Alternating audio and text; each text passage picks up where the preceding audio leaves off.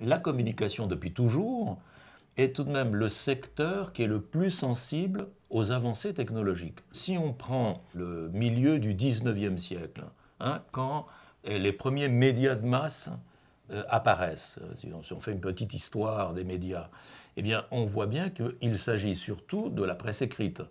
Alors, la presse écrite n'a pu se développer que grâce à des décisions qui sont, dans une certaine mesure, politiques ou politico-culturelles.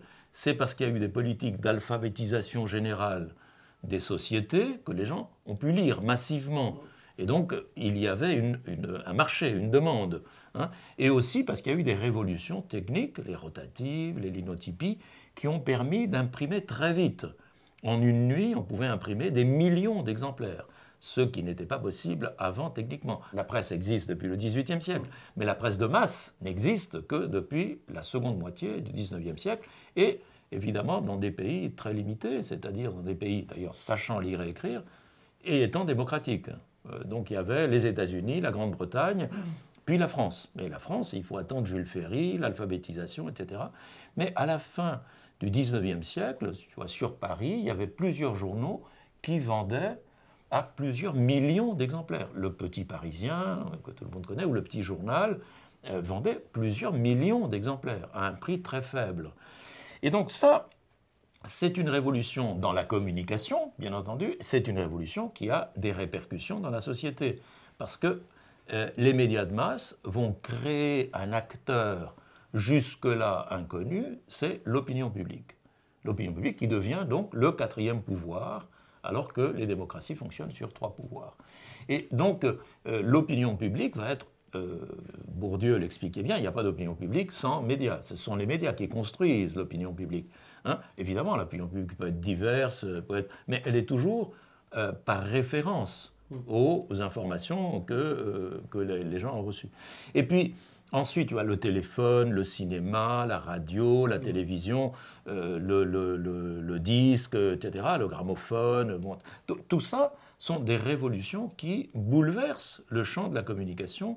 Et l'invention d'Internet, évidemment, c'est pourquoi est-ce que c'est tellement important? C'est parce que là où on avait au départ, disons, des systèmes d'appareils spécifiques, des machines spécifiques pour diffuser un système de signes particulier, pour m'exprimer de manière savante, hein, c'est-à-dire que si on parlait de l'écrit, par exemple, bon, l'écrit va se développer grâce, on l'a dit, aux rotatives, etc., mais aussi à la photo qui va pouvoir être imprimée, à la couleur, etc., au papier qui va être de meilleure qualité.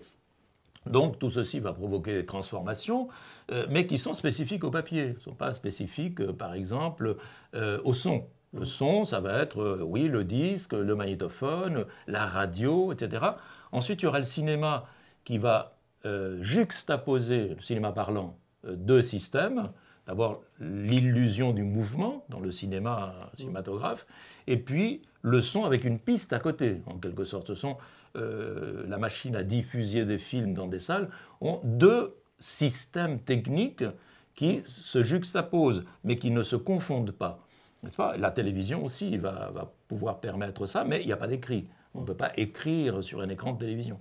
Et Internet, c'est la somme des 3 avec la même technique. Donc c'est en ça que c'est une révolution, évidemment, de type, on le dit souvent, de type Gutenberg, parce qu'on peut maintenant, avec la même machine, faire du texte, du son et de l'écrit, et recevoir du son, de l'écrit, etc. Donc, je veux dire, il n'était pas très difficile de comprendre que Internet constitue un bouleversement considérable.